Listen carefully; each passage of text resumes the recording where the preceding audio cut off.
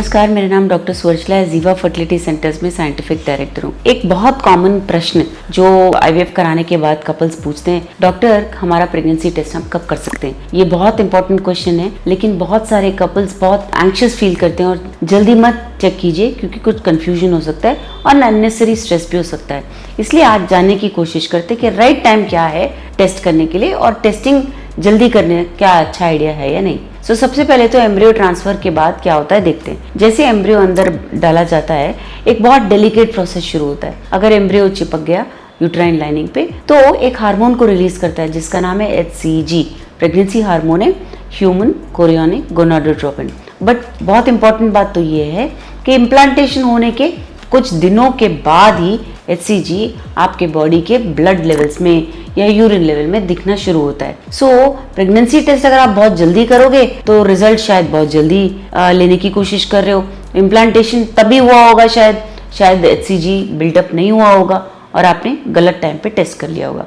तो सही टाइम क्या है? आपका जो एम्ब्रियो ट्रांसफर है, कौन से दिन का एम्ब्रियो, उसके मुताबिक ये जाना जाता है कब टेस्ट करना चाहिए।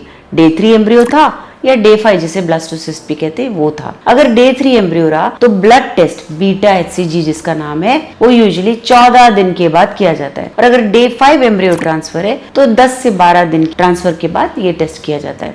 ब्लड टेस्ट बहुत रिलायबल है, एक्यूरेट है कंफर्म करने के लिए। यूरिन टेस्ट कभी कभी अर्ली प्रेगनेंसी मिस दे सकता है या फॉल्स पॉजिटिव दे सकता है, गलत रिपोर्ट्स दे सकता है। तो जल्दी करने में क्या प्रॉब्लम हो सकता है? बहुत सारे पेशेंट्स ट्रांसफर के 5-6 दिन के बाद वेट नहीं कर पाते और कर लेते हैं। इससे प्रॉब्लम क्या होता है? फॉल्स नेगेटिव हो सकता है। अगर आपने बहुत जल्दी किया, बीटा HCG लेवल्स उतने बड़े नहीं आपके बॉडी में और आपने टेस्ट किया तो शायद नेगेटिव आ जाए और एक्चुअली आप प्रेग्नेंट हो तो अननेसेसरी डिसअपॉइंटमेंट होता है ना। फिर फॉल्स पॉजिटिव, अगर आपने HCG ट्रिगर लिया, इंजेक्शन लिया है एम्ब्रियो एग निकालने के दौरान और आपने ये टेस्ट किया, ये जो HCG का इंजेक्शन होता है इसका असर 7 से 10 दिन तक भी हो सकता है आपके बॉडी में। और जब आपने टेस्ट किया तो इंजेक्शन आपके टेस्ट में पॉजिटिव दिखेगा जो फॉल्स पॉजिटिव है और आपको फॉल्स होप मिलने के चांसेस ज्यादा होते हैं। इमोशनल स्ट्रेस भी बहुत है।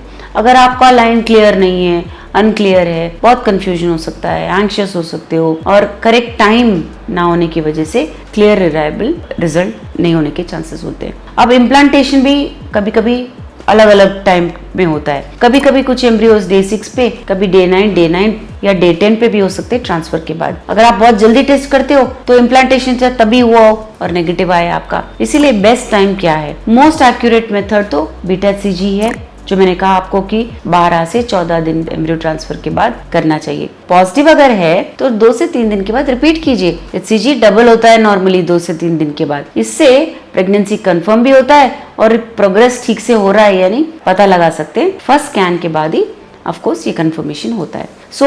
संक्षिप्त में अगर मैं कहूँ, घबराइए मत, जल्दी मत करिए, बहुत जल्दी टेस्ट मत कीजिए। 10 से 14 दिन तो अवश्य वेट कीजिए एम्ब्रियो ट्रांसफर के बाद, डिपेंडिंग आपका एम्ब्रियो कौन सा टाइप का है। ब्लड टेस्ट ही करवाइए, यूरिन टेस्ट कभी कभी एक्यूरेट नहीं होता है। पेशेंस रखिए, ये 2 हफ्ते बहुत मुश्किल से गुजरेंगे बट वर्थ है।